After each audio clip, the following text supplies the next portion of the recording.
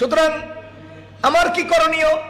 আমার করণীয় হলো কোন অত্যাচারী, সন্ত্রাসী, চোর, ডাকাত, চাঁদাবাজ কোন নেতা হলে, সে জামাত ইসলামের নেতা হলেও আমি তাকে সাপোর্ট দেব না, সে ধানের শীষের নেতা হলেও আমি তাকে সাপোর্ট দেব না, সে রিক্সা মার্কার নেতা হলেও আমি তাকে সাপোর্ট দেব না, সে হাত পাখা মার্কার নেতা হলেও আমি তাকে সাপোর্ট দিতে পারি না, সে নিজের কপালে জিব্রাইল আলাইহিস সালামের প্রতিনিধি দাবি করলেও আমি তাকে সাপোর্ট দিতে পারি না। কারণ আমার আল্লাহ আমাকে নীতি নির্ধারণ করে দিয়েছেন।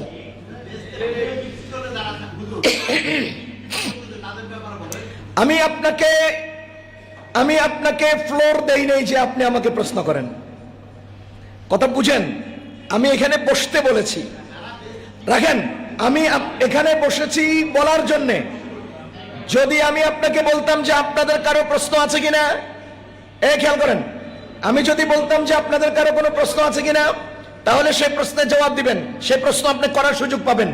আমার চলমান বক্তব্যের মাঝখান দিয়ে আপনি টাস করে প্রশ্ন উত্থাপন করবেন না, এটা ভদ্রতার মধ্যে পড়ে না, এটা ভদ্রতার মধ্যে পড়ে না। আমার বক্তব্য শেষ হোক, দেখেন, আমার বক্তব্য শেষ হোক, একটা 5 মিনিট 10 মিনিটে আমি বয়ান শেষ করব। আপনার কোনো প্রশ্নের জবাব থেকে গেলে তখন গিয়ে আপনি প্রশ্ন করবেন। কথা শুরু করি না, এখনই প্রশ্ন শুরু করছেন।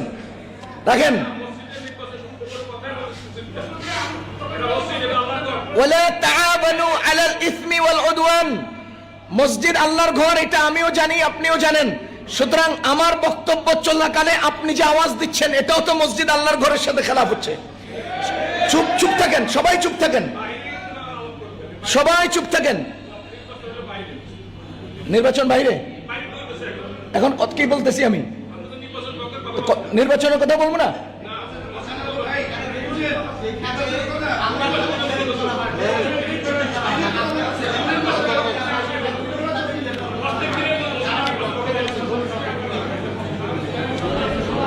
আপনারা বলবেন না, আমি বলবো?